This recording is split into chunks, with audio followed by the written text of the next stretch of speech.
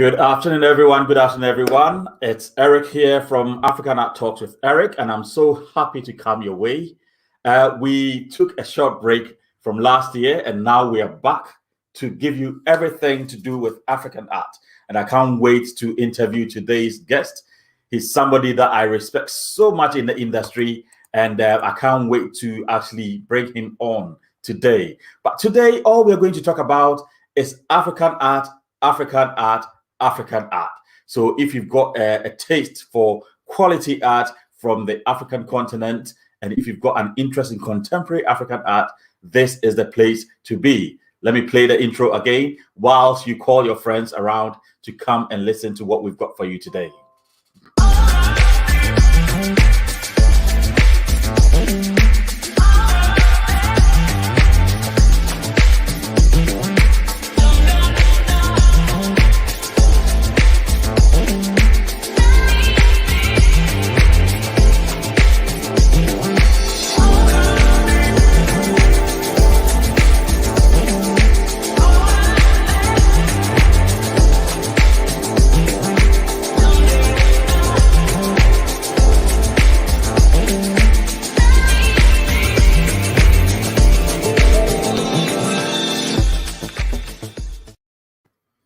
So my name is Eric Amoakwa-Boadu, and on this show, we educate, we bring information, we find out exactly how people from the African continent produce their artworks from their perspective. Our objective is to tell our own story, and that is why I set up this very program. It's being streamed live on Facebook as well as on YouTube. So if you have any questions that you want to bring our way, feel free to type it in, and I'll be more than happy to read it out. Let's make sure that we've got people on here. I've got Graciela Blackstone all the way from Maryland, USA, who says, peace and blessings, Eric. Really like your shows. Thank you so much, Graciela. And I'll contact you straight after the show so that we can have a good chat. But today's guest is somebody that I so much revere. But before I bring him on, I want to show you what I normally do when I present this. I normally talk about Adinkra symbols. Adinkra symbols. So these symbols have been with us for a long, long time. The Adinkra symbols were originally from the Bono people of Ghana. So if you go to Ghana, there's a tribe called the Bono people, and their kin, whose name is Jaman, or from Jaman, whose name is Nana Kojo Ajiman Adinkra, who was kin between 1810 and 1820, created these designs. And as time went on, he got people to join in, and he trained them to be able to create these designs. And nowadays, these designs have become something that we behold in our society. We've got over 146 Adinkra symbols, which we use to produce clothing, jewelry, t-shirts, name it. Anything that you can talk about, we use these Adinkra symbols to design them, but each one of them has got its own meaning. Many a times when I do these programs, I take one at a time and we talk in depth about it for educational purposes. But today, I'm just going to leave it here so that when I come back next week with the next episode, I'll pick one symbol alone and we'll spend more time talking about it. I can't wait to talk about these symbols from next week onwards. Now, today's guest is somebody that I respect so much. He's somebody that I have known on Facebook for a long time, and I've followed his work.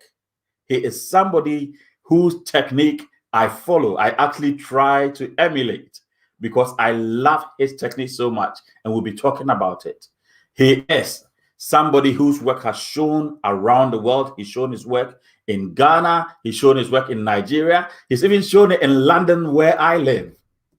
Now, his name is Lantei T. Mills, and he has been a professional artist since 1989, so well over 30 years. I mean, who more can you actually get on your show than this gentleman that I'm going to interview today? And I can't wait to delve into how he stayed put to his craft all these years. He's well known all over the world. So join me as I bring him on stage right now, bring him on screen and ask him a few questions. It's going to be a very casual chat, but I want us to get to know the artist and why he does what he does. Good afternoon, sir. How you doing? Yeah, I'm fine. I'm fine, Eric. I'm so And excited to finally get hold of you. You are a busy man. The connectivity is not the best, but I hope it works till we finish. That's right. Hopefully so. So what I'll do is I'll dive straight into the question so that we don't lose any connectivity. But I can't really express my joy enough in getting you to come on here. My respect for you is so high. Thank you. Thank you. I respect you too, boss. Great. So I tried doing this introduction thing, but who more to tell me about yourself than you yourself? If we say who is Lantei Mills, as you're known in the art world, who are you? An artist, a male artist, born in Ghana. I've lived for over 50 years. Oh, wow. I've painted for over 30 years, which means more than half of my life have been spent on art.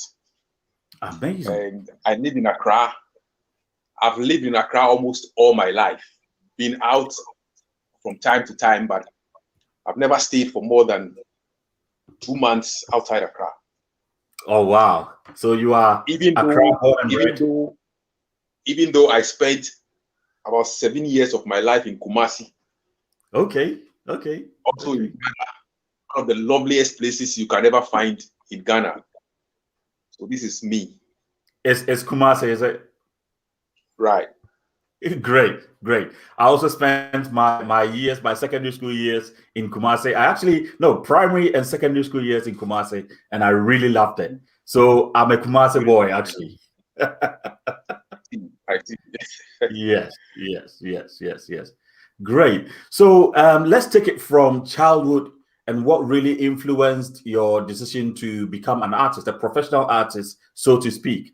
When did you realize that you had the skill set or the talent to go into art?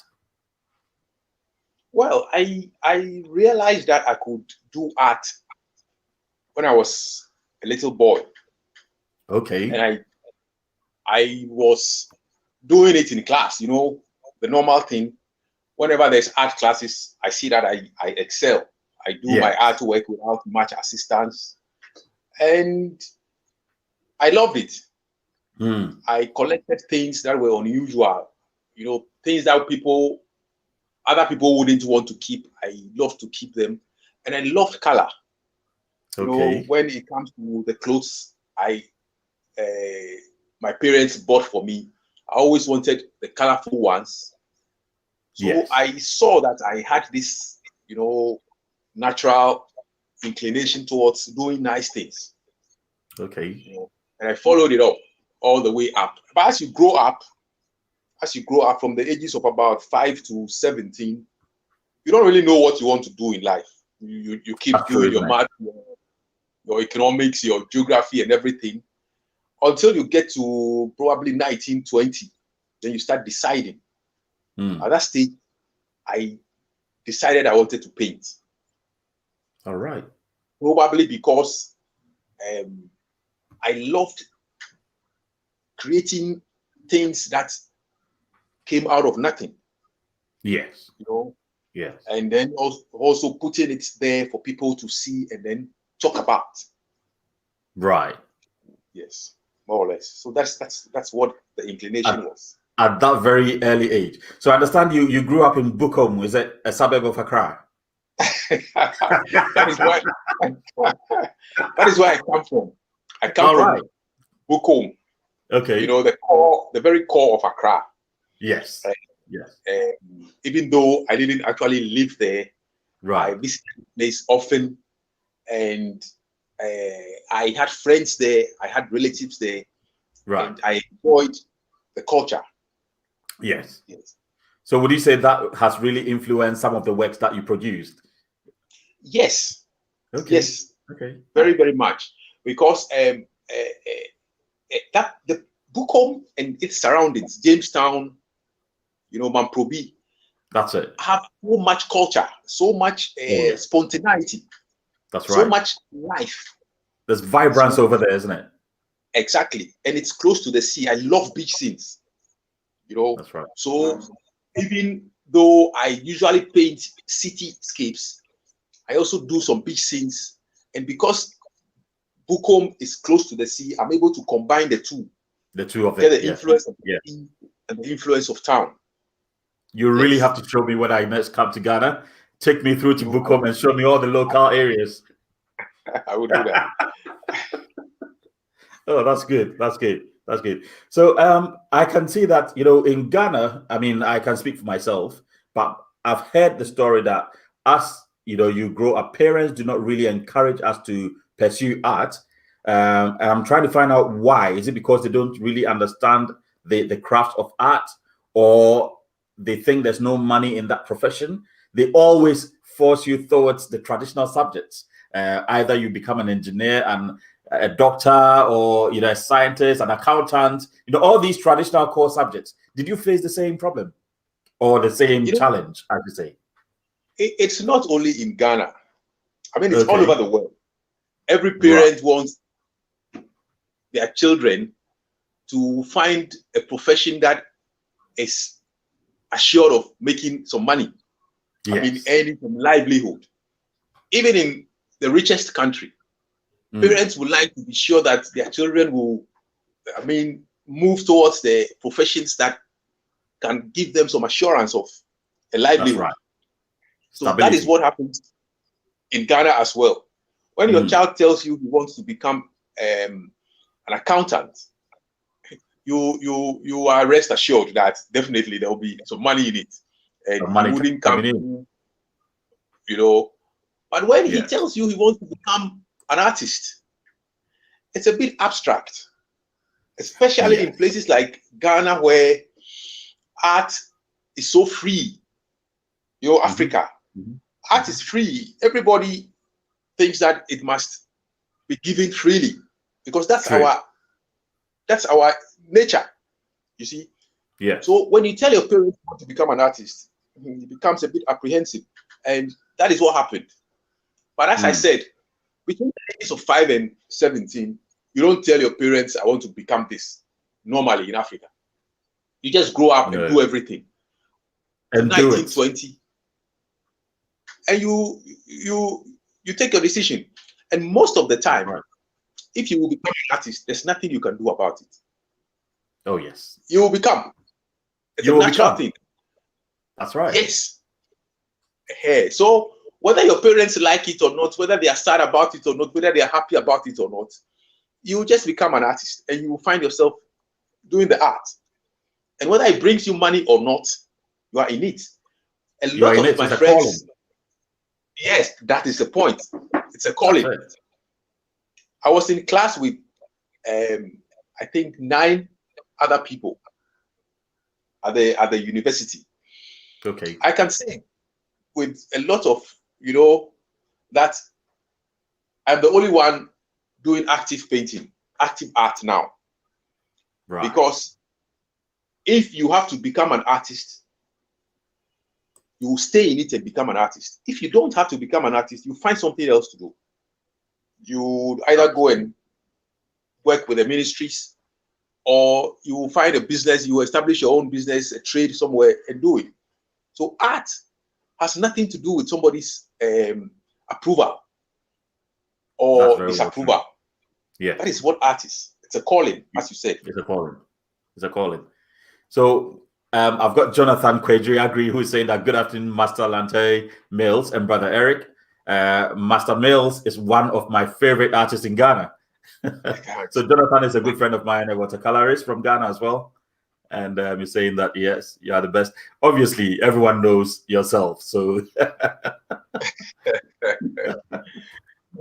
But what you've just touched on is very, very well true. Whereby art is calling, you can't run away from it. I mean, for myself, for instance, I started pursuing a career in mechanical engineering, which I did all the way through. But art has always been on my mind every single day. I wake up to do art. You know, it's a calling. You can't really run away from it.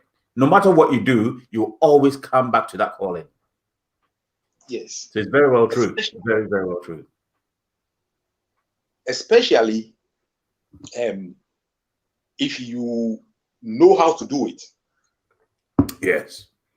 You see, if you know, normally people who move away from the art are those who are actually couldn't find something else to do and had to go to school to, we have a lot of examples of people who chose subjects like architecture, something plus art. That's and right. They could not land in the faculty of architecture, so they had to go to the art school. To the art school. That's true. Yeah. So the initial intention was not to become artists. Yes. And they are usually those who drop out of the art when they finish school. Or after a few years of practice, they go and find something else to do. But if you know how to do it and you are determined, you stay in it. And eventually you use your art to change a few things.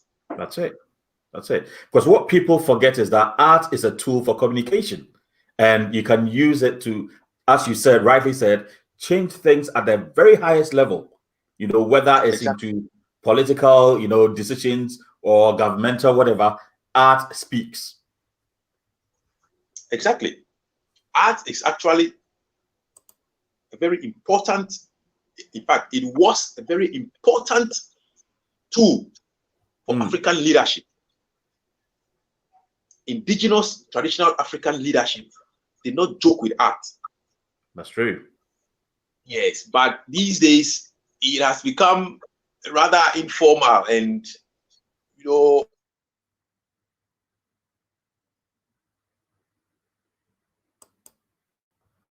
So we seem to have lost the connection with Lantei. But let's use this opportunity to say hello to a few people who've joined until we've got. Are we still on? Hey. Yeah, you've just come back. Yes, we lost you very briefly, but no, let's make use of it whilst you're here. Good. Great. So we're talking about art being a tool, and traditionally was really used strongly. Yes. When you look at art in the days, the past days of Africa. Yes. We can talk about the Egyptians. When you look at their culture, that's ancient Egypt, they were very spiritual people. They did not joke with their religion. Yes. So they took the spiritual leaders as the ultimate.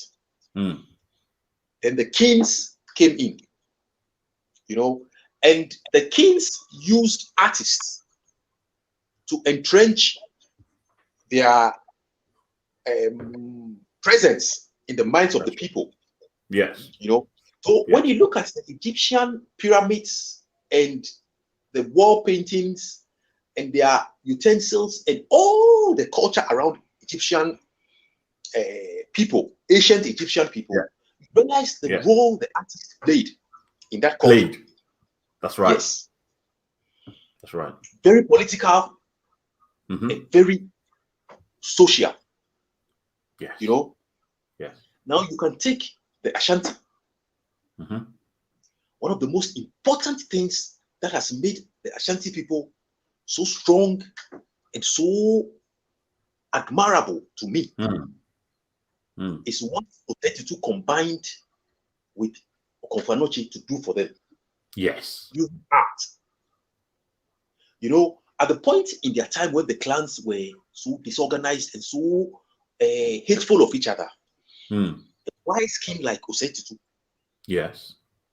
consulted Okomfanochi, who was thought to be a spiritualist, but who actually was an artist. He was an artist. Yes. He used art to, psych up the people. The breaking in of the golden stool, which is an art piece, actually. The golden stool is a brilliant art piece. Yes. A sculpture piece made up of wood and gold. Yes. He called the people together, draped himself in artwork. Yes. Because when you look at him as a priest, just like all the other traditional priests, their dressing, their appearance, and everything is a work of art. Mm. He danced, he recited poetry, he commanded musicians, and created The a sort atmosphere. of atmosphere. Yes. Exactly. You know, when art is taken to a level that is too difficult for the ordinary human to comprehend, we call it magic. Yes.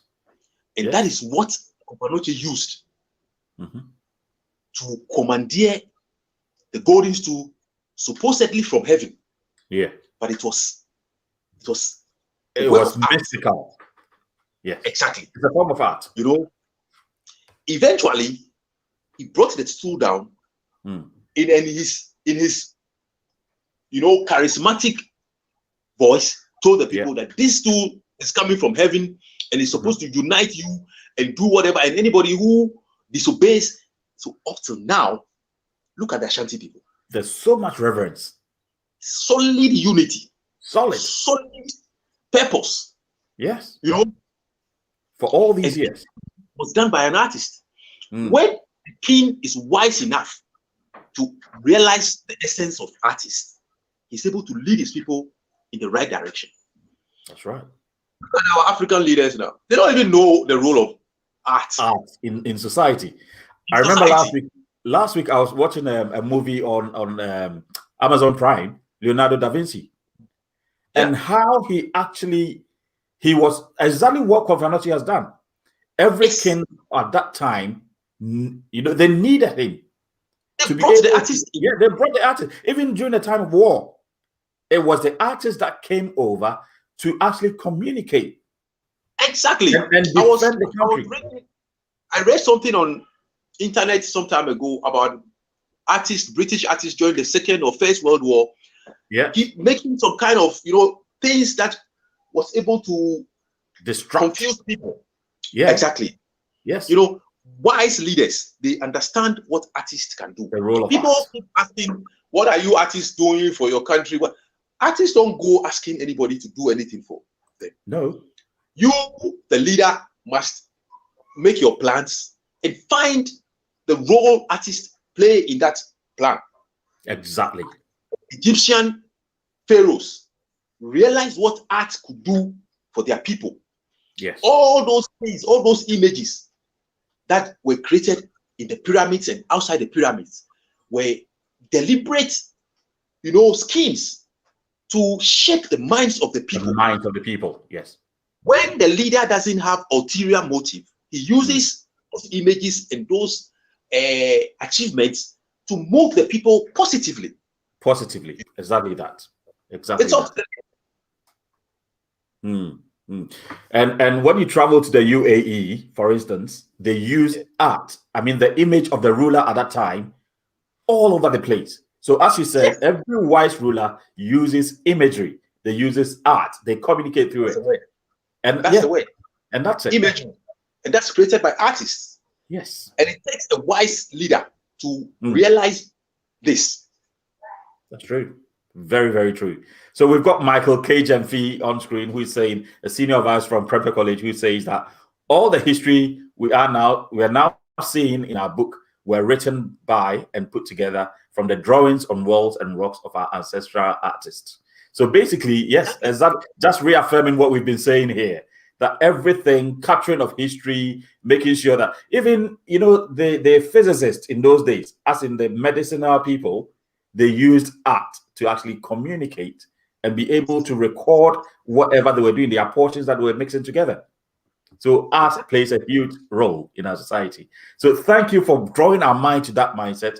And it is my hope and my willing, assertive prayer that leaders of these days, especially from the African continent, pay much attention to artists that we've got. Because, the difference between African artists and the Western world is that we are more spiritual in our approach. Very spiritual in our approach. That is the point. Look, indigenous African leaders, even amongst the various, clans and things. Look at the Nigerians. They talk about forest and all those things. They actually commissioned artists to make sculpture pieces that looked strange, to put in those forests. Just to shape the minds of the people, and they succeeded in conserving the forests. They did. Today, I think that the only way they can do that is to take soldiers into the forests. They have wiped away all the artistic abilities. Abilities, yes. And they are resorting to, whatever. I don't know. It's so sad, and it's about time we revisit that.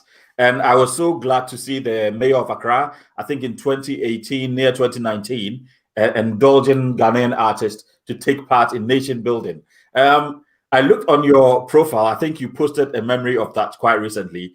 But and you were saying that you hope it continues on a yearly basis. I'm not sure whether that has happened yet. Yeah, he has. He has. Good. There's a World Art Day. Okay. That is celebrated throughout the world every 15th of May, I think. No, not May. And every time that day comes, the mayor of Accra calls the artist of Accra to come and commemorate it with him. And it's a sort of week-long celebration. And we sit down with him to think of how we can come in to change Accra. That is a nice thing. But you see, artists won't sit down and plan on changing anything. No, we won't. You must make your plan. Present it to the artist and let them tell you what they think they can put in. They can do. Because we see. Understand? Because if you give that to artists to do, we will change everything in the city. You know how artists are. Oh yes, we'll change everything. Everything is not what you want. That's right. So if that's power, everybody will sit. Will lock down. Yeah, that's true. Lock down and clean the whole town, and that is not practical. So you, the leader, draw your plan, give it to us. Very, very true. So every leader should make sure they actually draw their plans before they give it to the artist to implement it, and then we will tell them what we see and make sure it happens. The chief priest, am I still on air? Yes, we missed the very first bit of your sentence about the chief priest. So you are on air, yes. He hears instructions from God. Right. And then goes to the king and says, this is what God said. And then the king says, call the artist and let them practicalize it. That's right. So that the people know what they're talking about. Everybody see what is being said, not write or read. No. So that's what the artists come in. They make things visible. Visible in practical terms. Because one thing I've realized is that when we are talking, as we're talking now, we are not talking in letters. What we are talking about, people can actually visualize it. So that's the role that we play, bringing all the things that we see into the physical so that people can actually relate to it. So that is perfectly well. You are muted. Yes, you've unmuted yourself now. So what we will do from here is try and show some of your work. I don't know. The sound is. Can you hear me now? Faint now. You can hear me now. Can you hear me? I can't hear you now. The sound all is right. very Okay. low. So what I'll do is I'll if you can bring up your volume a little bit on the speaker, probably that would help.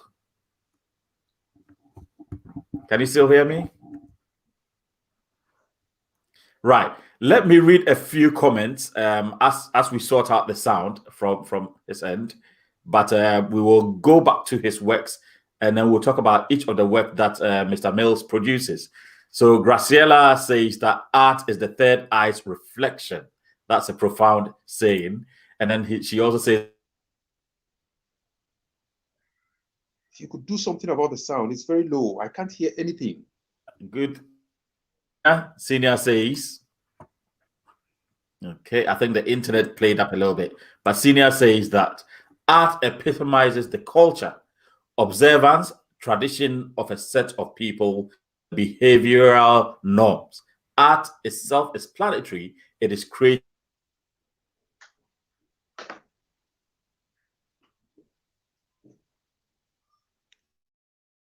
The internet is. I can see the pictures. Everything is fine, but the sound is gone completely. Epitome of culture. Everything centers around art, and without art, there wouldn't be.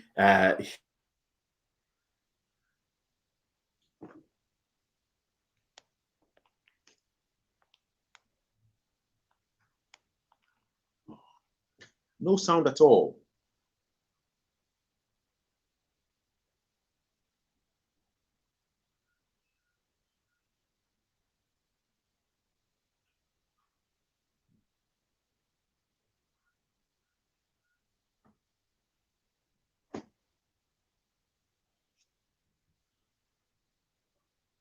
Hello?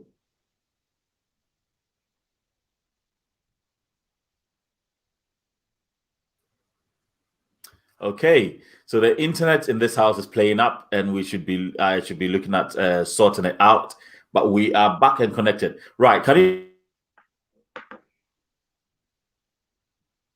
I can't hear you. I can't hear anything. I see your lips moving, but I can't hear what you are saying.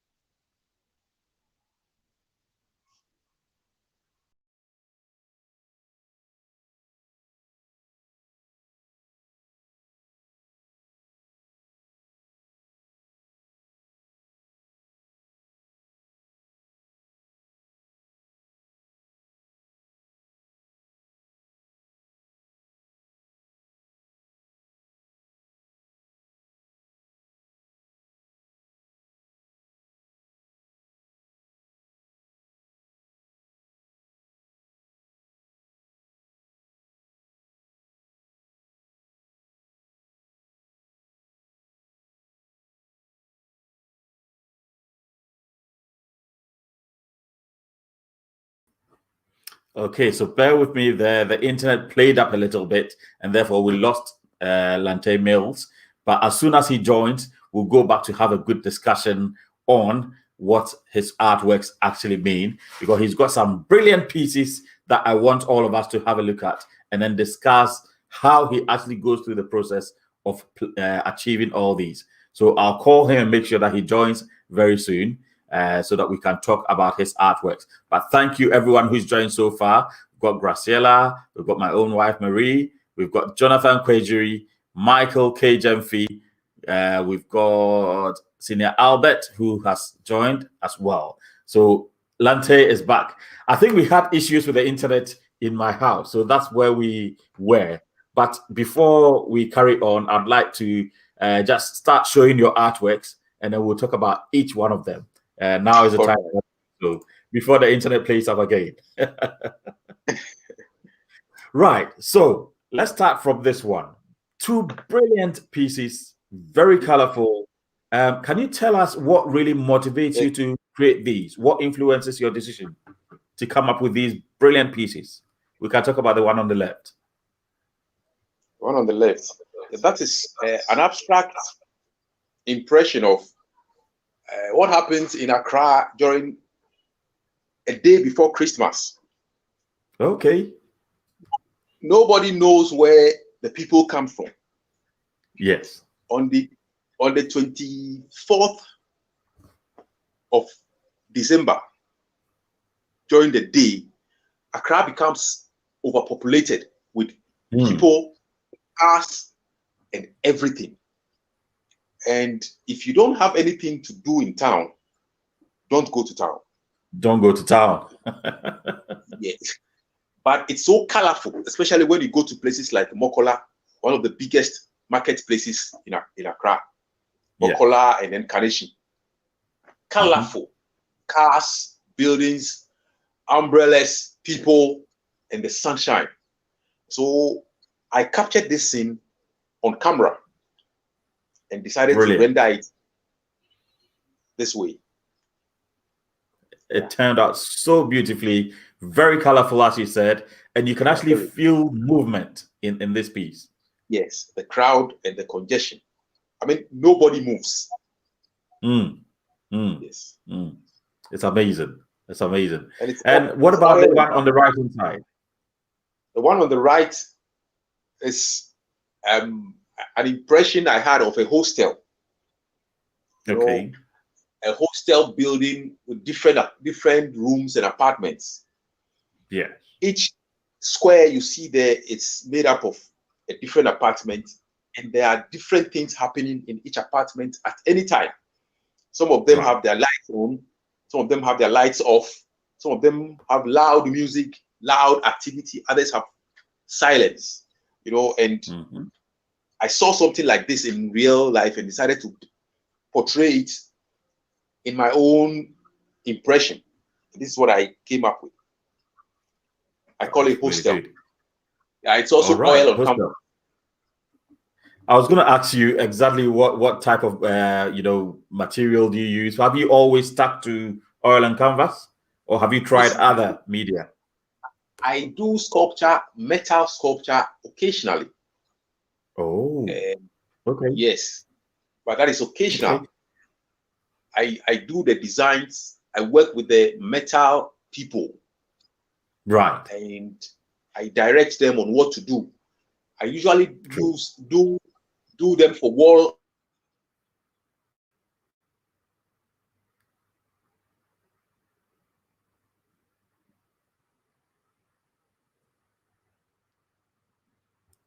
Okay, so we've lost him right there. Yes. No, yes. So you do them for wall installations, is it? Exactly, that's the word. Wall installation. Amazing. Yes. Most of them I know working. Yeah, working with metal is not the easiest material to deal with, is it? No, it's not. I personally don't hold the metal. That's right. Once in a while, when I want to demonstrate to them, these metal workers, most of them are very, very skilled, but they are, I don't want to use the word one track, but that is more or less what they are. They go in one direction because they go into building, and then so when you want to change your direction into something more artistic, you need a lot of interaction. You have to direct them a certain way. Direct them, persuade them, and sometimes push them a little. Yes. So that is what happens. All right. No, that's good. That's good. Right. Let's move on swiftly to, I've got so many of your pieces. I can't wait to talk about each one of them.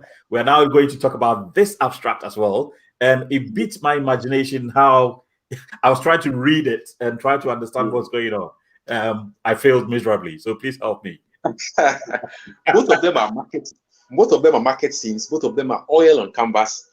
Okay. Both of them are a new style I am still struggling to work on. Right. The first one on the left is more to what I wanted to do.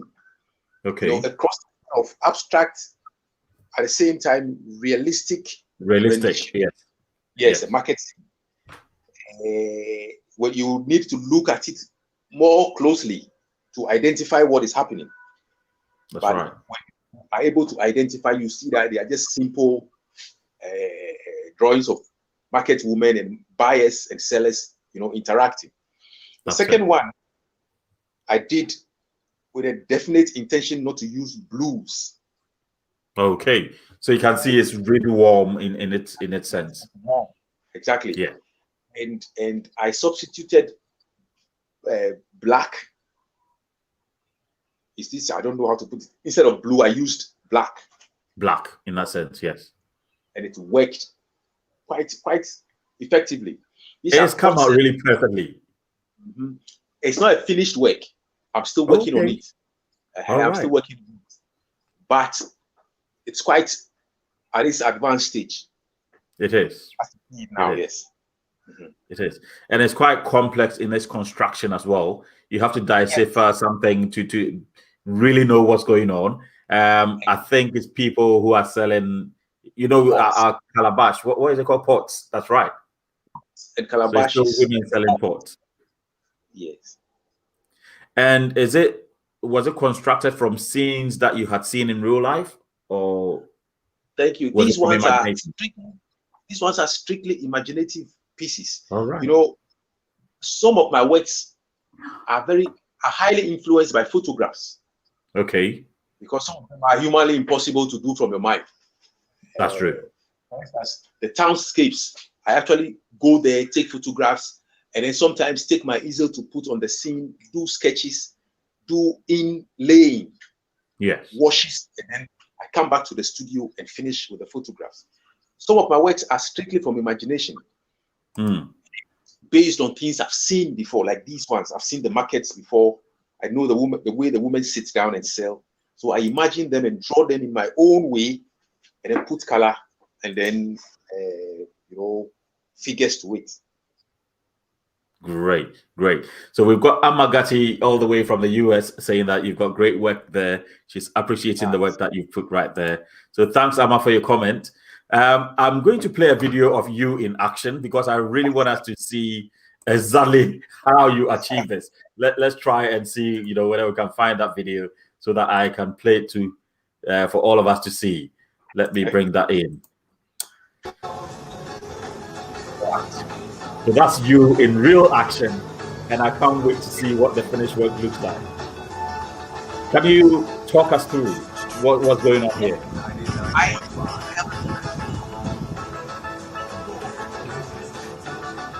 Meticulously, I try to with a paint, and I use the flat Bristol brush to pick the paint and place on the canvas. Right. And that's the right place I need it. So when I put a stroke down, it's there. It doesn't come off, nothing on it anymore. Before I put the stroke, I have to be sure of what I want. That's me then mixing the paint, picking it, and then placing it at the point I want. And I paint directly under the sun. Because when you paint like that, that's what I have realized. When you mix your colors under the sun, and then you finish the work and bring it indoors, the colors are rich, different. That's right. Pure, bright, lovely, and so I like to do it. It's a very difficult thing. Sometimes the African standards ruthless. Yeah. But that is where you get the best. So there you see me under the sun, and that's why I wrap that thing on my head. That's it. Because it's so sunny, isn't it? Exactly. But it gives you the best of what you want. I like that technique. When I look at your work, let's bring up the finished piece on screen, and then we'll talk about it. So the finished piece is the one on the left-hand side, isn't it? Exactly. And I was going to zoom in, but I said I'll stop there. But when you zoom into your work, and some of the other pieces that I'll be showing later on will show us your technique, it's got a huge impasto type effect. Yes. And as you said, when you lay the color once, that's it, it's there. Can you explain why you actually go with that technique? When you take any object and you study it carefully, even though you would see it generally as a white object, there are different patches of color that come together to form whatever color you are seeing as a general color. Yeah. It is those minute patches that I hope to achieve, that I hope to on the canvas. And I feel that the only way to do that is to let the color have an identity on its own. Right. So when I take the paint in its thick form, I lay it on that patch, that place that I think that color should be, and leave it. Yeah. And the only way you can have that identity and that presence is to lay the paint thickly. True. Yes. So that is what creates that thick effect. And oil paint also has its own, I don't know, its identity, presence, and it wants to be seen. True. You see? True. Oil paint wants to be seen. It doesn't want to be blended into like, other, yes, and fade. No. It wants to have a presence. And that is the respect I would like to give to paint. To have an identity and speak for itself. So that's how come my paintings look like that. The purity of color.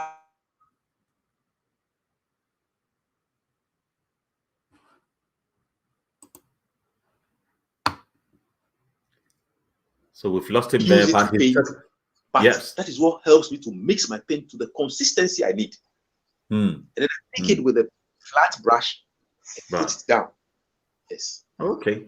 So initially, when I looked at it, I thought it was with a palette knife. Yes. Initially, I thought it was a palette knife, but you're not telling us you actually used a flat brush to achieve this. Yeah, a short, flat Bristol brush. That is the most tool I use. Right. Even though sometimes I use the palette knife directly, but that is occasional. All right. So your technique is next to, I haven't seen anyone else use this technique, and it's so brilliant. The rendering is so beautiful, and I feel like touching the paintings. There's a comment here from Senior Albert Owusu-Ansah who says, "Beautiful 2 paintings on screen. Are they for sale?" Well, yes, every art is for sale. Every art has its price, but it depends on a whole lot of factors. Yeah. The scale of artwork is a bit interesting. Yes. And we don't discuss that in public. So tell Albert that we'll talk eventually. Definitely. So, Senior Akasala, I'll put you in touch with Mr. Mills, and definitely, yes, you do your own negotiations and agree on which one you want. But they are beautiful pieces. What about the one on the right-hand side? Yes, that is Jamestown, Bukom area. I have been in this place for a long time. Right. And you see a certain magic in the olden day buildings. Unfortunately, all those things have been pulled down for what we call modern. But I heard about that. Yes. If only somebody would, rehabilitate these things and make them, something that we can go and visit. Beautiful places. Beautiful places. Yes. I have this project of painting at least one of those things every year, just to preserve. It. Yes. Yes. So this is just one of those series. I call them legacy series. This I think is legacy 7. I have done a few. Legacy 1, legacy 2, legacy 3, and they all come out quite satisfactorily. Yeah. Because I put a lot of effort. A work like this takes me about 6 months to finish. I can imagine. Yes, not painting that alone. Because I will spend 6 whole months on just one work. I paint a little bit, put it aside, and do other things. That's right. But to achieve the intricacies of, when you zoom it in and you look at the building up there, it's there's so much detail in there. Exactly. Even this one, you can take any small corner and that becomes a piece on its own. Love it. And even this one you are seeing is not doing justice to the actual scene. All right. So beautiful if you want to look at it from the angle of beauty. Yes. So beautiful. So beautiful. No, thank you for preserving. And this is the role that artists play. We actually capture things as they are so that in future the story can still be told. Exactly. That's one right. of the roles. That's one of our roles. Okay, so the next one is this beach scene, as you said. That's you in action on the right-hand side, and the finished piece on the left-hand side. And it's so beautiful. I mean, the perspective in here, the colors are vibrant, everything is on point. The action is as if I'm there. I can actually feel it. Exactly. Was this painted from life or from picture?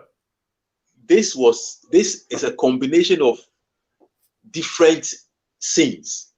Right. You know, when you look in the background, you see the Elmina Castle.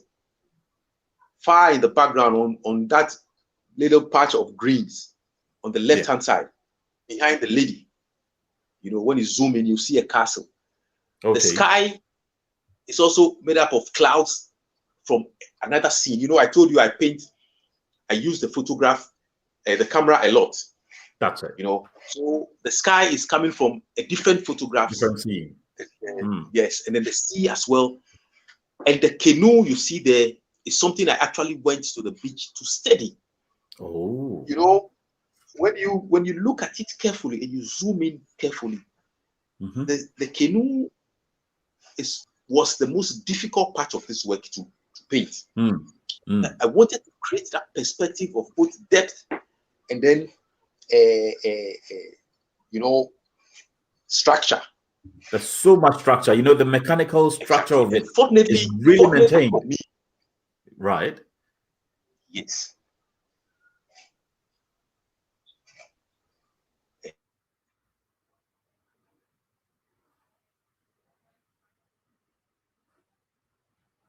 So we've lost your audio, but we've got Senior Albert Owusu-Ansah who's given his details to say that, you know, he's interested in the Jamestown setting and the Bukom setting. So definitely, yes, I'll put both of you in touch so that you can discuss the scenes that you want, and Mr. Mills can make it for you. But definitely, Mr. Mills' works are brilliant. The level of detail. So we lost the audio from what you were saying, but we left at the point when you were talking about the actual structure of the boat. Of the boat, yes.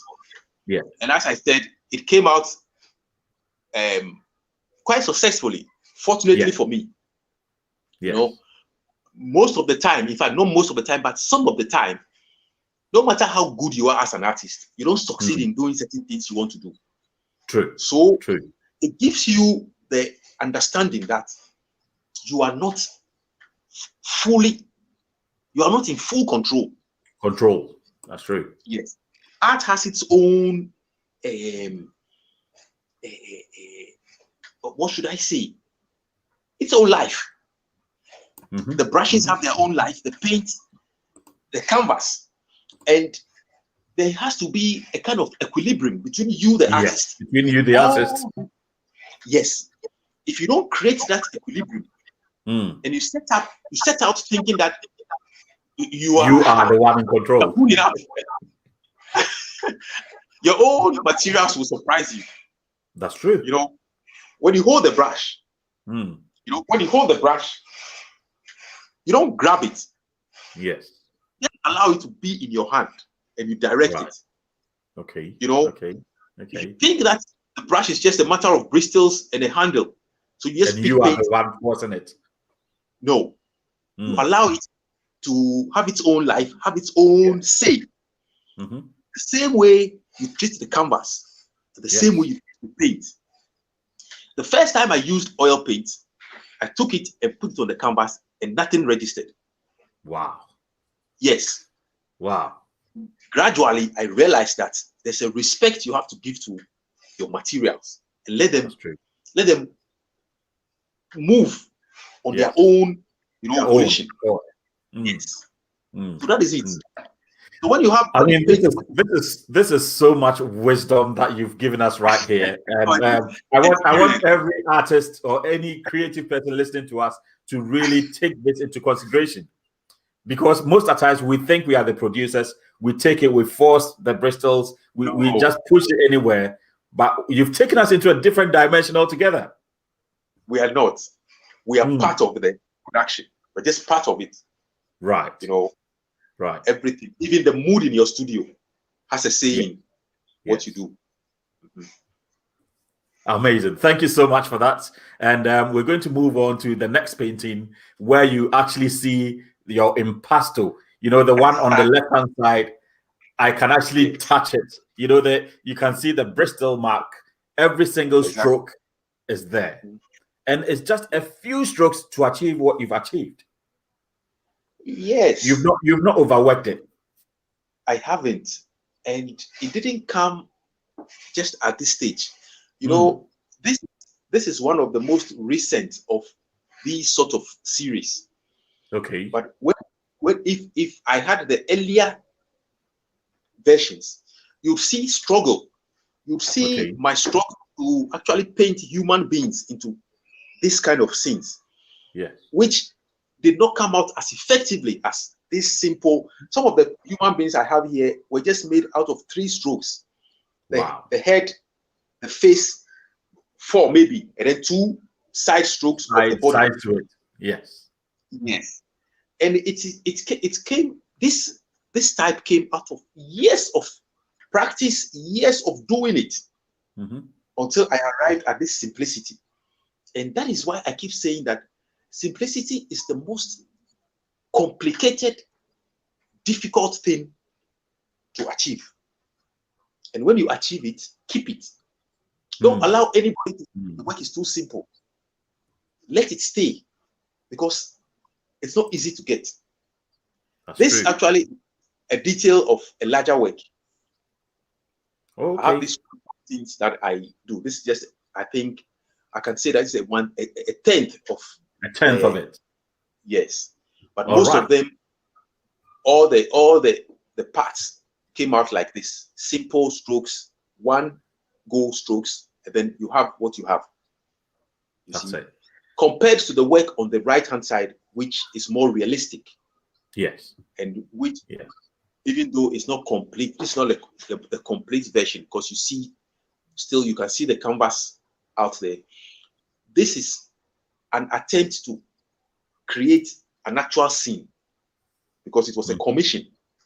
Okay. And a person wanted me to depict the struggle of the Kayaye, you know, the young lady porters in Accra. They brace all the difficulties just to make some money. That's true. So I had to bring in detail and then clarity. It also came out nicely, and fortunately, the commissioner was happy. That's amazing. That it turned out really well. Yes, please carry on.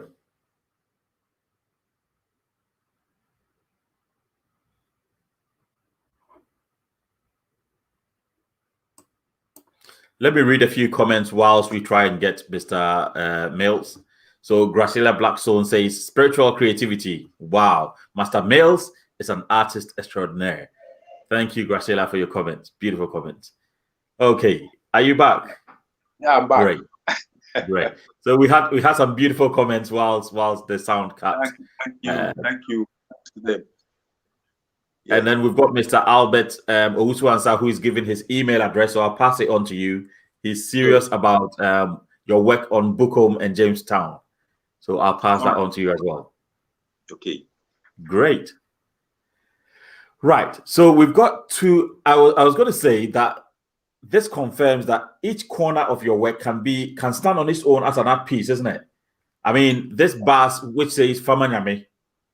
Yes. I looked at it and I thought it was the complete piece. Yeah. You know, it's a detail of a complete piece. And that is part of my aim when I'm painting. So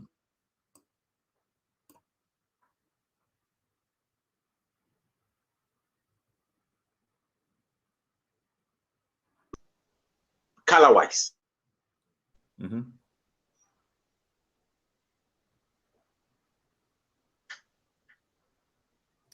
Yes, please carry on.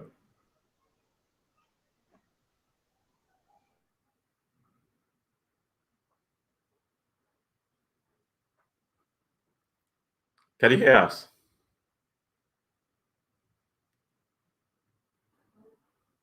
Okay, so we seem to have lost Mr. Mills once again. Bear with us. We will sort out the internet issues and then everything would flow. Yes. Okay. So please carry on.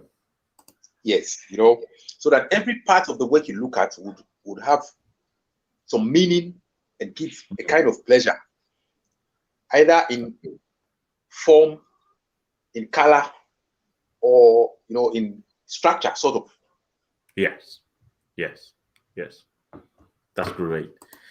Now I had a look at your Facebook and I can see that you do you're very passionate about Ghana as a country, and you do comment on issues that are going on in Ghana. You are very passionate about government issues, and you're an activist, so to speak, to some extent. Do you use your art to communicate that message? As art, the kind of art I do is usually for people who want to have fine things, nice things to look at. Yeah. Once in a while, I paint strong messages. Okay. Unfortunately, I don't have that painting here in your collection. Okay.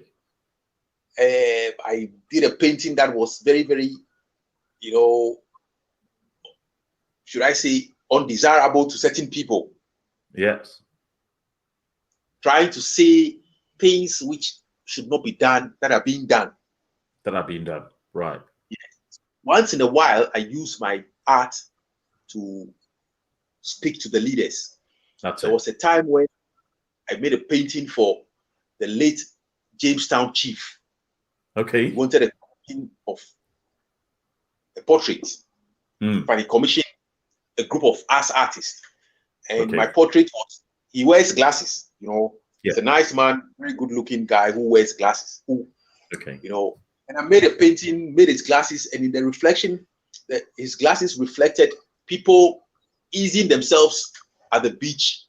Oh, wow. Feel in his environment and confusion. And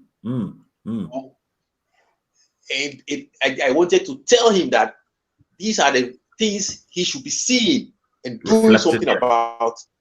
Reflected in his glasses. He came and saw the exhibition and was very excited about that particular painting. Wow. Because he didn't get angry, he didn't get offended, because he knew that these are exactly the things that are happening. Issues in his community, yes. Exactly. So once in a while, I speak out. That's it. Ghana is a very difficult place to speak out these things. Nobody can actually arrest you unless you say it in a way that would be directly offensive to an individual. That's true. Yeah. That's true. But if it's a social movement, they hear it. The only problem is they don't do anything about it. They don't act. Yes. Yes. And that's why a lot more artists need to speak through their work. If we want to influence decisions at the top, then we should let our message come out through our work. I'm going to show one more piece, and if Mr. Mills is back, we'll be talking about it. Right. Okay. So let's do so, or let's read a few comments. Okay. And then back. The leader, the political leader. Yes. To make that difference. That's true. That's true. Great. So I've got one more painting, and then we will round up on this program. I think it's not a painting. I actually picked this from your Facebook page. It was comments that you had made on the World Art Day, as you said. So your comment says, take a pencil and some paper and draw something today. A self-portrait preferably, or some clay and make an image. Originally yours. It would surprise you what you always had in you and you did not realize it. Happy World Art Day, people. It's a beautiful world, no matter what the crisis is. So you post these messages out there, so powerful, and you've got pieces of your artwork that you paste there as well. The second one is wishing someone a happy birthday, and you've got your art piece there. What is your intent?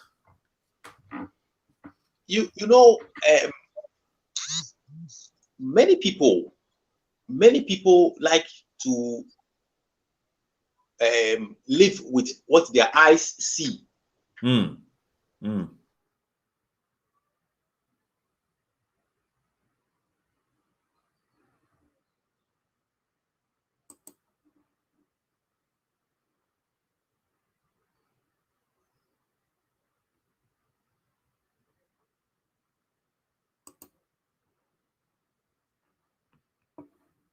So bear with us. We'll try and get the sound back.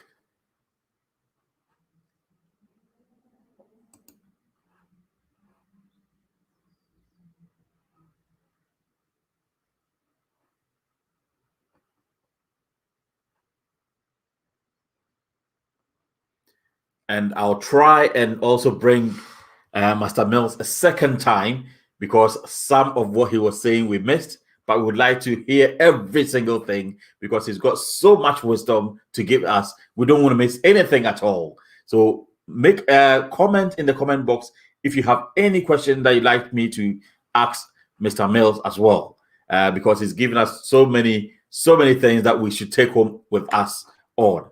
Let me use this opportunity to remind all of us, if you haven't subscribed to my YouTube yet, go to YouTube. I've got so many interviews there. I'll put the address of my YouTube, or the link of my YouTube down there.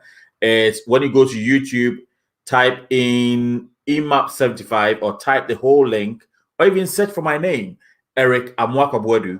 All these interviews that I've done all over the months are there so that you can catch up on each one of them. Each one of them would be a video of an artist from the continent of Africa or of African descent who lives in the diaspora.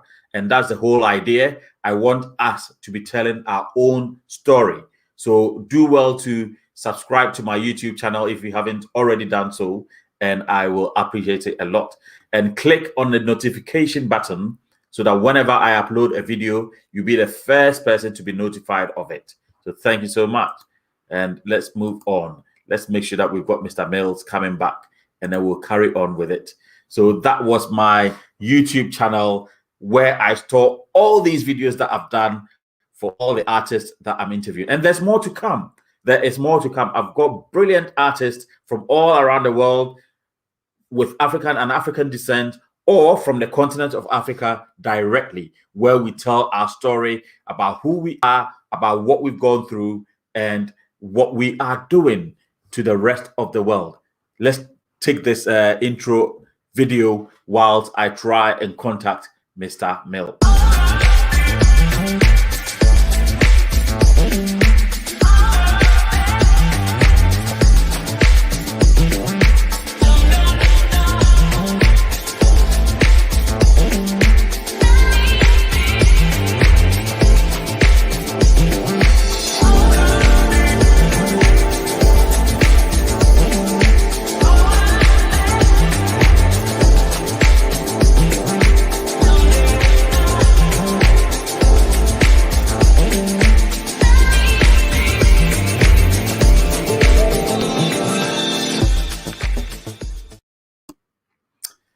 Great. So we've got Mr. Mills back on screen, and as soon as he turns up, I'll be asking him a few questions about where we can find him on social media, because we'd like to actually connect with him a bit more on social media. So can you hear us, Mr. Mills?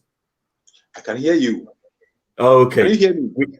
Yes, we can hear you, but we can't see you on screen. Let's see whether I can.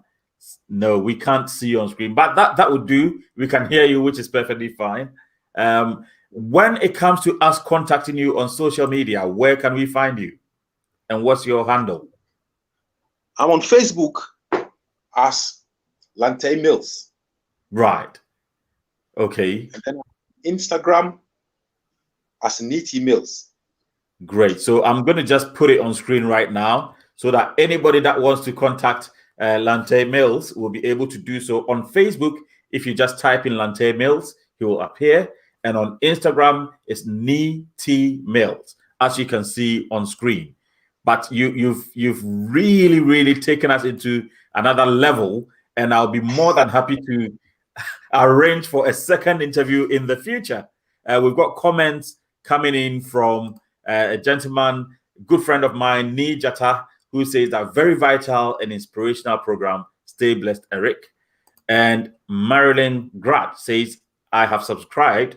Okay, that was my YouTube channel. I'm so excited to have found you. Thank you, Marilyn. Let's connect at the back after this program so that I can give you more information on what I do as well.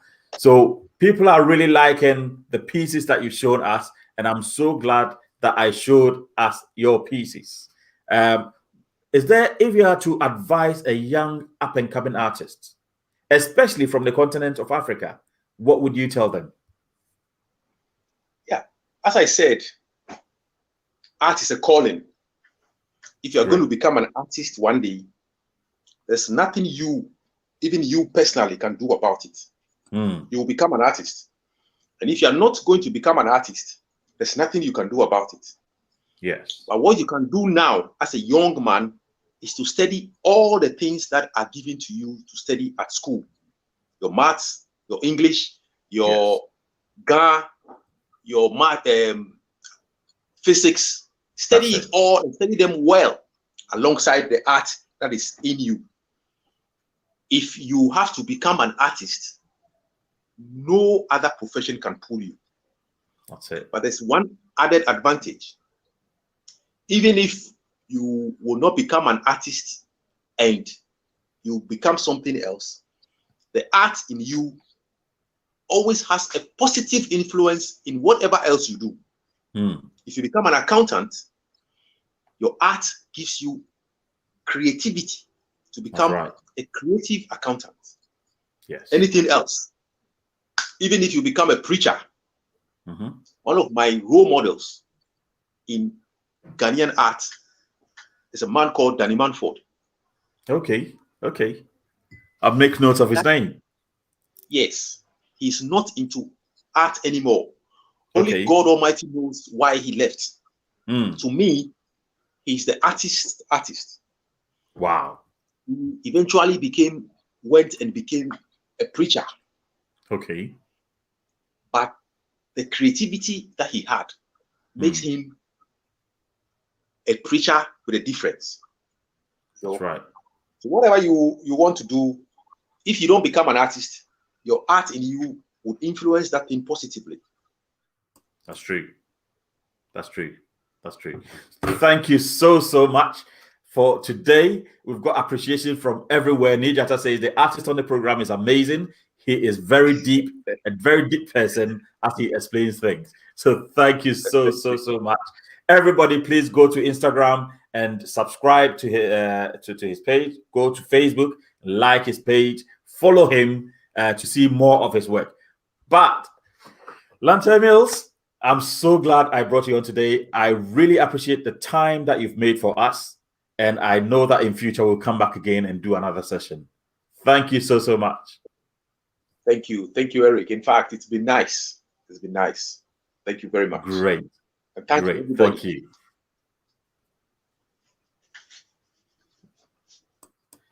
So audience, thank you so much for your time as well. Make sure that you go and follow him on his Instagram, Lantei Mills, and Facebook, Lantei Mills. If you need pieces of what he's produced already, contact him directly and make sure that you tell him what you want. Even if you want custom artwork, I'm sure that you can come to an agreement of some sort. So everyone that's watching from all around the world, please do so. Get in touch with him and get a piece of his beautiful paintings. I'm going to get one in the near future because I love his technique as well. So thank you so much once more. And I am going to bring the program to a close. But if you haven't subscribed to my YouTube channel, I'm going to put the link there one more time so that you have the chance to subscribe to my YouTube channel as YouTube. And if you search for my name, Eric Amoakwa-Boadu, I'll come up. Otherwise, type in this link and definitely you'll be able to do so. I'll put the link down after the program as well under this YouTube conversation, and you'll be able to click on it directly. It'll take you to my channel and then you subscribe to it. So thank you all for coming today. Have a wonderful day. God bless you.